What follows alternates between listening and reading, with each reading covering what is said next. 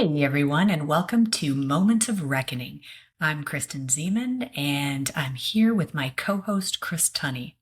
This show is built around one simple idea. There are moments in your life where something shifts. You see something differently, you feel it in your gut, and in that instant, you don't get to go back to who you were before. That is a disruption, and that leads to a reckoning. It's not the crisis. It's not the breakdown. It's the moment right before all of that where you have a choice. You can act, you can ignore it, or you can convince yourself it's not that big of a deal and stay exactly where you are. And if you're honest, most people choose that last one.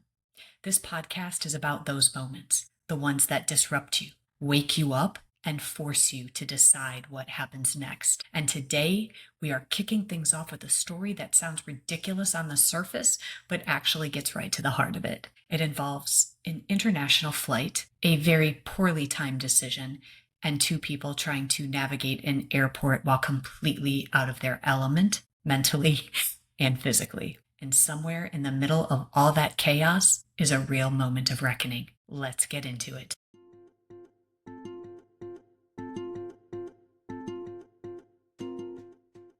Welcome to Moments of Reckoning podcast, Brand new. formerly the Disruptors Creed podcast. I'm Kristen Zeman. I'm your host, and this is Chris Tunney, Your co-host. formerly my intern. I mean, I'm going to let you call me that because I know that anyone who's listening knows I'm actually a co-host. Listen, by popular demand, you got a promotion. I can't help what the fans want. This podcast got resurrected because of the millions of listeners that we have, and feedback from the hundreds of thousands, or maybe tens that said that we want Chris Tunney I think it was just as a co-host. I think it was just one guy who said, "Wow, I can't even believe you actually have interesting things to say." I know. That was who knew? Who knew that you are I interesting am not as just well? a pretty face. Wow, this is great. So we have rebranded a little bit to show your promotion, to illustrate that. But we've also rebranded with a new name. The Disruptors Creed was the first iteration of this. So this is now season 1 of Moments of Reckoning because, well, my work shifted a little bit. And It is so weird that something you're doing changed. I know. It's the evolution of me. Yeah. And I know, like, buckle up because, like, you're gonna, if you lose track of what's happening. Oh, But what happened was I was talking a lot about disruption, and I realized that my work doesn't center on disruption. That's the part where we become awakened, where something happens, either someone says something to us to make us think, and we go from this blind to aware state. And that's a disruption. And disruptions can come from a conversation, a book that you read, like if you get inspired about something, it can come from a significant life event that happens. So some kind of disruption, you get the idea.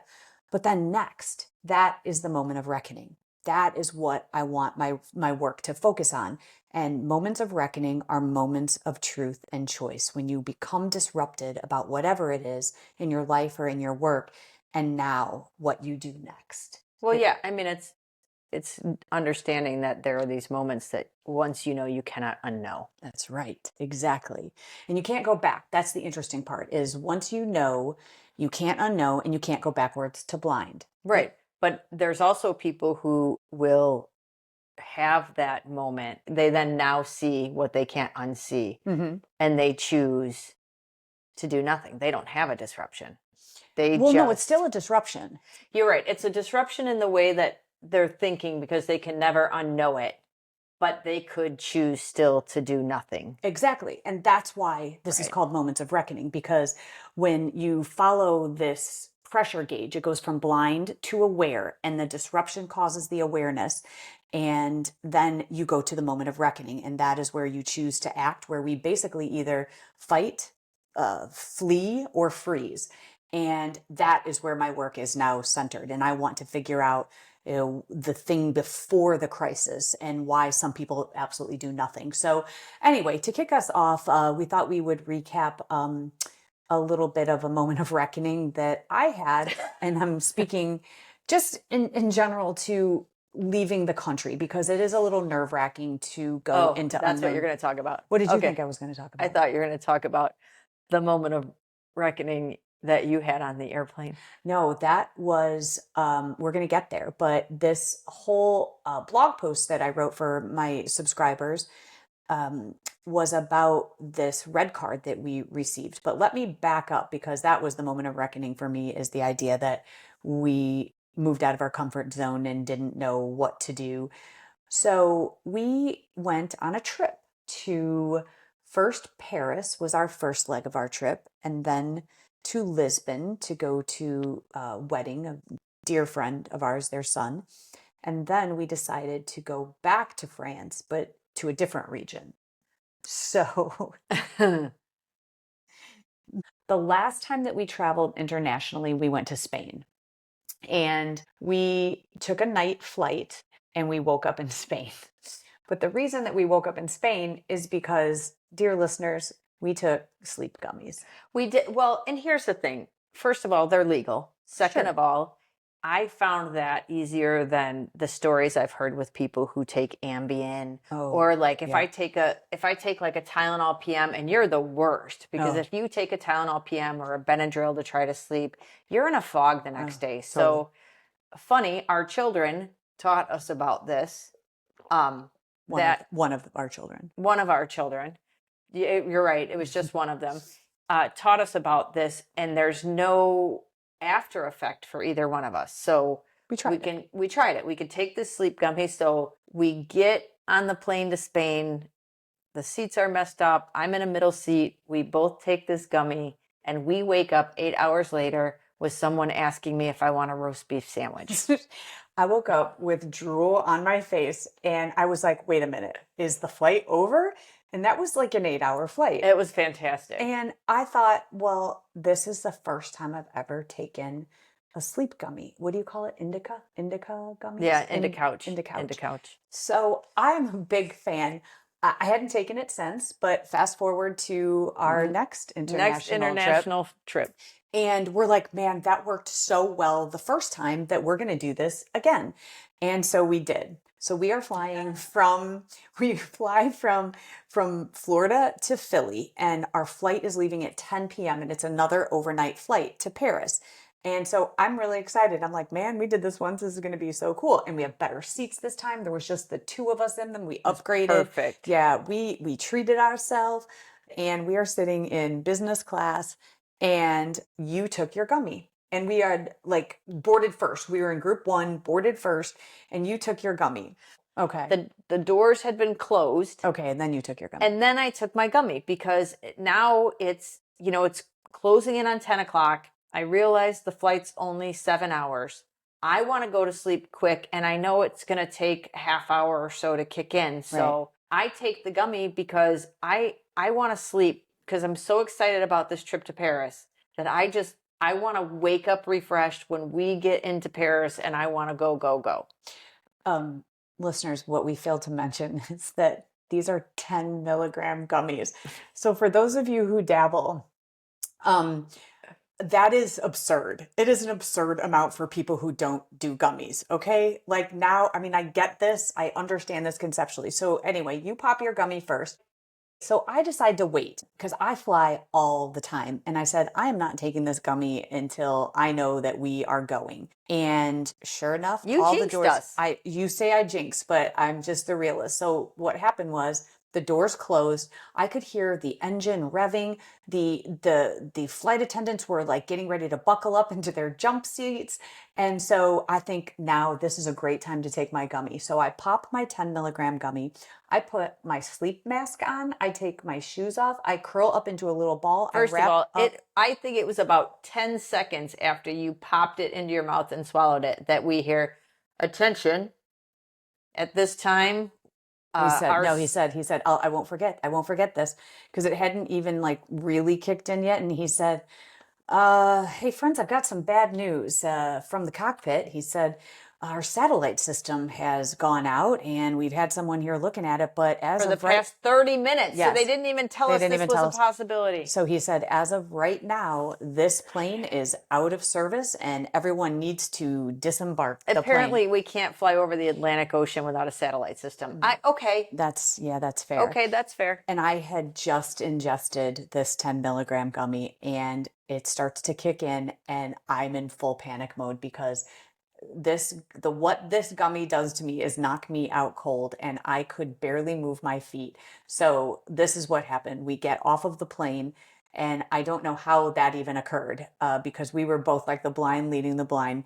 And we get into the terminal area where they say another plane is coming, but it's going to be a couple hours before we get everything turned over. So for 3 hours, so this was supposed to fly out at 10 p.m.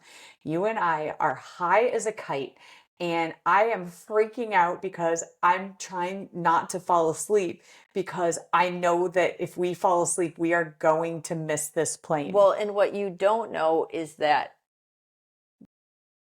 because I looked at you and said, I'm fine. Yeah, and you were Because not fine. but in my head, I'm like, you need to pull it together because she cannot. And if they see what's happening, we're not going to be able to get on this If plane. they see like this, that's when the paranoia kicks in because I got paranoid where we were sitting there and I was like, they're going to call us to get on the new plane and we're not going to be, but here was my thought. Like I was like, I can't move because my legs are embedded in cement. I actually thought my legs were in cement. So that's how high I was.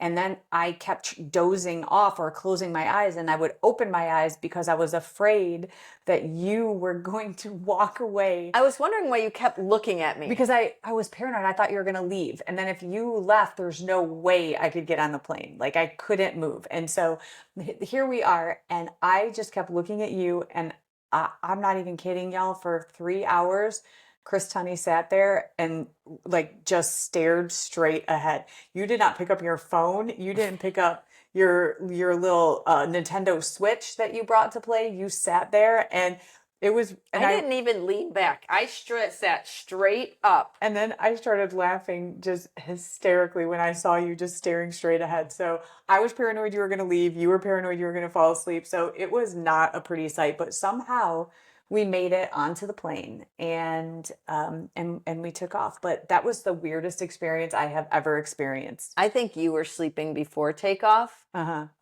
yeah. Because I was out. I mean, I was out of it. I was out of it, and then once we actually sat back on the plane, I just I will tell you my that eyes and I'm not sure that this will ever be an experience I will have again. Yeah. 'Cause one of us needs to stay lucid. No, I mean, I will always now, because you jinxed us. Yeah. Wait till we're up in the air. Till we're up in the air. Yeah. But even then, I don't think I will ever take a 10 milligram gummy in my life again, because as I was sitting there straight up and down, terrified that whoever they are weren't going to let us back on the plane. Yeah. In which I could have just said I took an Ambien or, whatever. I could have said I took a sleeping pill. Or gummies are legal. Well, you could have also said. Yeah. Having the previous law enforcement, whenever I say I took a gummy, I feel dirty. Yeah. But, Same. But, like when I was sitting there, the carpet looked like it was moving. And then my sense of hearing became so heightened. That's how mine was. That I was picking up 7 different conversations. And then I think I was hallucinating things at the same time, because then my brain would take me somewhere else. And I didn't like it. Did you see a priest get on his knees and give something that was real. to a girl? Okay, that was real. Okay. I thought he was proposing. I thought I hallucinated a priest getting on his knees, and she was like a young girl, and so that was real? Yeah, and I thought immediately, he's a pedophile, because that's the job I did. And now I see this weirdo with this. Which he probably wasn't weird, but I think he was weird. Okay, because he dropped to his knee to get a book out of his bag, and it wasn't the Bible. Yeah. And And did he know this girl? I don't know. I And was why high, was Chris. I was high. I have and no why idea was what was happening around and me. why was the dad? You know what I would pay $1 million for? Huh. The surveillance video Oh of my God. that terminal of the two of us. Me just popping up, making sure you're still there and you sitting straight up. Oh my gosh, that was insane. I don't even know how if we can adequately describe I how that was, I but it am, was yeah, that I will not be reliving no. any type of No, lessons learned. oh Oh no, I'll take a sleep gummy again for my next overnight flight, but that airplane will be up in the not a clouds. 10 milligram. Yeah. I mean, I'll do a 2.5. Oh my God, that was the funniest thing ever. It's still so funny to me. So anyway, we make it to Paris. We have never been to Paris. That I don't was remember the flight. no, I barely remember it either. That was, and then we wake up though. It was great because It was perfect. we slept like 6 hours, and then we got there, and that it was glorious. It was daylight, so Yeah. we started our day. First order of business: get a croissant. Oh, Croissant. We basically ate our way around Paris. We went to a French macaroon making class that was run by a French chef, that and was so enlightening. we learned some tricks. So Yes. we're going to try to master the macaroon because we've had some trouble. My biggest thing was the croissants in Oh, Paris, and they were I stupid. will master this because obviously we don't have a sheeter, but I've done so much research now since we've gotten home about the butter you use and the Mhm. flour you use, and when we got that first croissant, I don't. People have talked about this in Paris. I don't think I've had one that compared Yeah, here me in the neither. U.S. Me neither. Here they're like dry, but it was like, I mean, it was just honeycomb on the Yeah, inside, but it was moist, perfect. like Yeah. so buttery and moist. And it Yeah. wasn't, but just flaky on the outside. But that was great. And we saw all the sights. We saw the Eiffel Tower. We went up in the Eiffel Tower, and we went around to all of the things that we were supposed to go to. Although this is why you're the best travel buddy ever, because we went to Notre Dame and to the cathedral, and we did not buy tickets in advance because I thought we don't need tickets in advance. Oh my God, the line was so long. And we looked at each other, and I just looked online what that cathedral looks like, and it was beautiful, and then we moved on. I feel like the best the best part is we travel and see sites like Chevy Chase and National Lampoon's Vacation. Yeah. Like we walk up, we're like, great, okay, let's go. That's cool. And that is the best thing. I would say that the biggest takeaway I took from the trip after, and it was before reading your blog, and we kind of talked about it, was that it was so like what really struck me was that we were in this country that we don't speak the language, Mhm.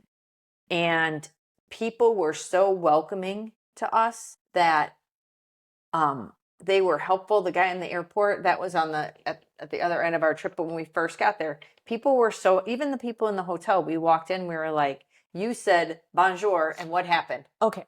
Well, wait.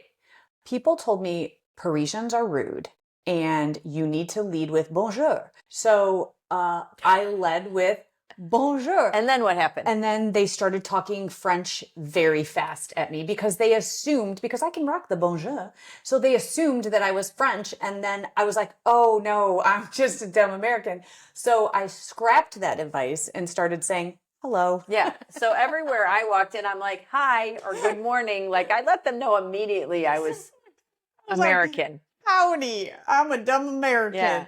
But it worked. Yeah. It worked. And they were so nice. And that was my point about like understanding the differences in the world, how we go over there. Yeah. And we didn't know their language. Right. They were so helpful. They were welcoming. Now, listen, I'm sure that there are French people that are rude, just like there are Americans that are rude, or Sure. insert culture here. But I did not feel that when we were there. And it was just such an eye opener to me because you come here in America and you have all these people who get mad that foreigners come into our country and don't speak the language. Right. And they expect everyone to speak English and do this. But yet Americans travel the world, and we don't speak all these languages, and we don't get treated that way. Why do we do that to people? Right. Well, actually, think about this though. Less than 50% of people hold a passport of American citizens. Really? Less than 50% hold a They're passport. missing out. And so that's part of the reason is like, I think those who travel understand. In fact, to illustrate your point, we went on the cruise of the Sienna, which everyone said it's a little cheesy, but it's a must do. But it was. And it was great because that gives you all the sights from the water. And they narrated the tour in 5 different languages. We Yes. counted. And I thought, well, that's really great. And obviously it's a tourist city, but I thought the same thing that you did. It's like in America, you get people that are like, they're so Okay, mad. But how many times have we been on the architecture tour in Chicago, which is a huge tourism city? Yeah. It's in English. Yeah, for sure. Yeah. So we don't accommodate people. And No. I was very impressed by the fact that they have allowed us to come into their country and we were the minority and we did not speak the language. And yet they were still so kind. And half of the restaurants had an English version Yeah. of the menu. Yeah, exactly.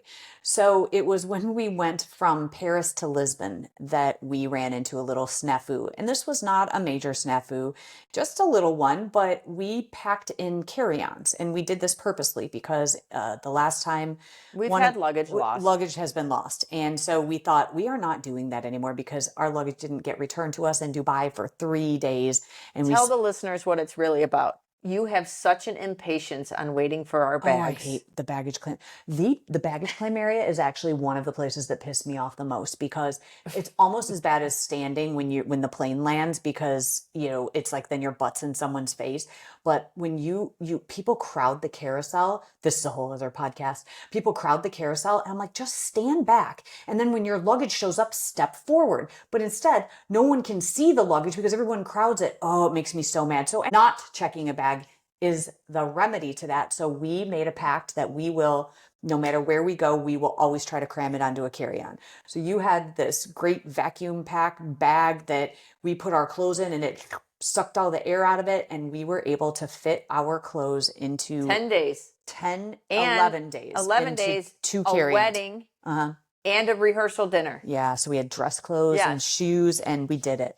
We did And it. we were so proud. But then we went to the Paris airport to fly to Lisbon and we flew Air France. And apparently they take weight very serious, which is also confusing to me because we walked through this line. We put our luggage on the weight thing and he handed us a red card and With a number. with a number on it. Right. Like he wrote on, it was either mine or yours, 25 kilograms. How much it was over, right? No, I don't know. I think that's what it weighed totally looking at the scale, but it could only be 12 kilograms. So we were more than half over. We were double.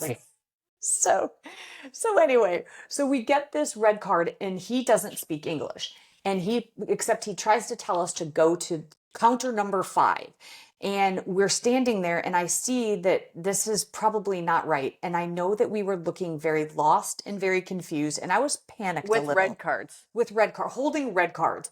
And this gentleman with salt and pepper hair, and I just won't ever forget his face, and a beard to match, walks over and he says, you've got red cards. And he says in English, but he's French, but he says, you need to go to counter 4. Yes. And it was very simple, but it was the kindest thing. And it just, in that moment, we were headed to the wrong place and he stopped us and said, you need to go there. And all it was is we had to check our bags from Paris to Lisbon and we didn't even have to pay for them, which was cool. Because they were overweight. Yeah. Okay, that's a whole nother story. Well, because when we flew back from Lisbon to Paris on Air France, we got to take our luggage. Not only that, but if someone who is smarter than I am could also explain to me, the luggage weighs the same and it's going on the same flight. So our luggage is too heavy. It fit in the little square thing that, you know how they make you put your luggage in a thing to see if it fit. Our luggage was both the size it was supposed to be. So it was regulation size, but it was too heavy. So why? And he made us add our backpacks to the scale. So we had to put our suitcase and our backpack on the scale. But you see what I'm getting at? It's the same weight and it's either going above us in the overhead or it's going below. So the weight doesn't change on the plane. So But it doesn't change on the plane, but the distribution would change, don't you think? What if everyone who was sitting on the left side, like on a boat, when you're driving in a boat, you can't have 600 pounds on the right side and 200 pounds on the left side because Yeah, the okay, boat's that's going to fair. be tipped. So Yeah. on the plane, if everybody on the left side had Mhm. 50-pound bags and everybody on the side had 10-pound bags, it wouldn't distribute the weight correctly, right? Yeah, okay, But then they don't it's distribute the weight. Have you ever been on a plane? Because this has happened to me when there's not a lot of people, and after everybody comes in and sits, the flight attendants I've had them say, listen, we're going to move people around for weight distribution. Yeah, that has happened. Or you can't change seats without, if there's like an empty flight and you decide I'm going to move up or I'm going to move over to a different seat, they say no because the distribution, they have to go back to the pilot and he's got to recalculate the distribution. So yeah, okay, you answered my question. So it's weight I think it's distribution. weight But distribution. anyway, it was really nothing big, but it was when you feel so helpless when you cannot read the signs and when you cannot speak the language. You're on your own. If you haven't left your comfort zone to experience that helpless feeling of not knowing what to do next, it's very interesting and it's a little scary. So that kind man just changed my whole thought process. And it got me thinking about people who don't leave their comfort zone because there are reasons like that. Like I think about my mom, and for some reason, when we got on the plane and we're on our way to Lisbon, I sat down and I wrote about this experience and how there was always a helper. There was almost always someone who is kind enough, whether you ask them, and in this particular instance, he didn't even wait to be asked. He just saw how lost we were. And my mother refused to travel. My mom was born in Illinois and her family moved to Florida and she refused to go on a plane, and we told her we will get you the plane ticket. She said she's afraid of airports and she would not go on a plane. And then we told her we will go with you. We will literally walk you through the process and show you that it can be done and it's not as intimidating as you think. And she refused to do it. And I started thinking about all of the people who don't want to travel because it is scary. It is. I don't know any other word for it. It is a helpless feeling, and especially when you're on a time crunch and you're afraid you're going to miss your flight, and you add all of these stressors in. And a lot of times this can look like someone who's being stubborn, and it's not. It's just fear, and I don't judge people for it. But what my takeaway, what my thesis is here is I hope that you go. I hope that you take the chance on something that you've never done, because there are so many people, and this was how the whole trip turned out. Every single place we went, whether it was in the Champagne region of France, whether it was in Portugal, everyone helped us, no matter what, Yeah. no matter where we were. I think it should become like a requirement that every person, um, like in college or in high school, should have to go spend 3 months, like a study abroad program, like 3 months in a different country. You can pick the country, Yeah. but just to understand culture and the like we are early people. We get up early, we go to bed early, we eat dinner early. We eat dinner at 5 o'clock, That's right. sometimes 4:30. It depends on what's happening. Don't hate. I and when people, and I am the first person, listen, I will say when someone calls and invites us out for dinner and they're like, "Oh, reservations at 6:30." I'm like, no. And I'll explain why. It just doesn't do well for me to eat that late because we go to bed. Whatever. I will get out of my comfort zone. It's not this conversation. Will you?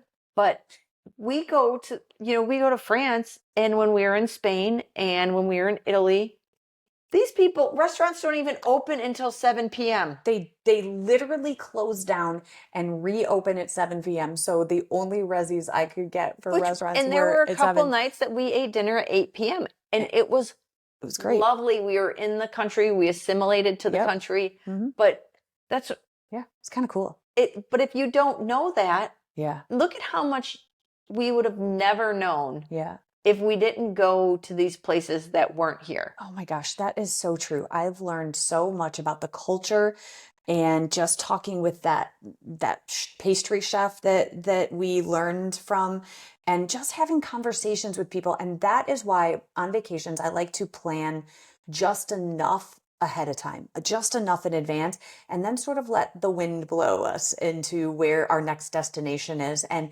ask the locals, where should we eat? And I love to get off the beaten path. That is one thing that we love to do, is just go explore different neighborhoods. We only had, a few days in each of these locations, which wasn't enough, but learning the culture and being just absorbed into their everyday way of life is genuinely the coolest thing. So the moment of reckoning for me was, I was afraid. I am a person who has to be in control. I build the itinerary, and I Sometimes you overbuild the I do. itinerary. Yeah, because I'm it's like I'm a control freak, but until I'm not, right? And then I'm Yeah, like, true. throw caution to the wind. So I'm kind of I'm a dichotomy in that regard. But I was so tense, and I just thought in that moment about how many people don't go do things that absolutely scare the shit out of them, because it's terrifying, but it's also, it's like, but did you die? Like, it's not like that. I mean, you're not going into a war zone, so don't On do that that. 10 milligram gummy, I thought I Oh my did, God. Yeah. but And so that was my takeaway. My moment of reckoning is that I want to stand in this discomfort, and the moment of reckoning for me was that this is something that makes us better. And now that we're home back on American soil, and it was such a great experience, and I feel so fulfilled, but I want more people to do that. So if any of you listening are those people that are like, "Ah, I don't want to pull the trigger on that thing because I'm a little nervous about traveling." I hope you do it. I hope you do it, because yeah. it's just the way that it comes in and graffitis your life. It just adds so much color. And sometimes I would say, a lot of times, I very much appreciate where we live after visiting, Yeah. different countries, because I just think, wow, we really do have it so amazing. And even for that reason, just to appreciate where we live. But I don't know, that was my biggest takeaway. So I hope everyone just does it, goes on an adventure. Yeah. Yeah. And I think my biggest takeaway was, and it happens anytime we travel internationally, is that living here, I forget how big the world is. I know. And when I see that moment when you're sitting in the plane, and it shows the flight path of the plane, Yeah. and you realize how far you've flown, like when we went to Dubai, Yeah. it and to me, it was one more reminder, going to these new places in these new countries, and how big, absolutely big, this world is. Too many times we all get stuck in our own silos, and we think that the world revolves around what we think, what we believe, what we want, what we need. And there's this huge, ginormous world Yeah. that you just said 50% don't even hold a passport, Yeah. haven't seen. Yeah. So there's so much more out there. And I think that if more people saw it, we would all be a little more understanding of each other. Oh my gosh, so true. Just going into different cultures and not understanding the culture, and allowing other people to teach us the culture. And I mean, just all of it. You're right. The world is so big. And when I was on that gummy, I was watching that flight path too, and I was mesmerized by it. So I don't recommend taking a 10 milligram No, gummy that's a no. before you take off. But after you take off, enter at your own risk. But yeah, I'm going to do it again. I'm just going to make sure that I will it's not. one of us needs to stay I will completely stay lucid. Yeah. lucid. Yeah. All right. Well, hey, thanks for coming back with me on this, Chris. This is I Resurrected. want to say thank you to our fans for Millions. speaking up, speaking out, Yeah. letting her know that Yeah. I might have something worthwhile to say. Yeah. I'm glad to have you as my co-host, and yeah, let's just keep this up. These episodes will drop every other week, and we'll talk about moments of reckoning. We'll talk about leadership. We'll talk about our businesses that we have, and what we have learned and what we continue to learn. And we'll talk about some fun stuff too. And we'll laugh, and not take any gummies. Don't worry about that. All right. Bye, friends. This is your moment of reckoning. Step into it. Bye.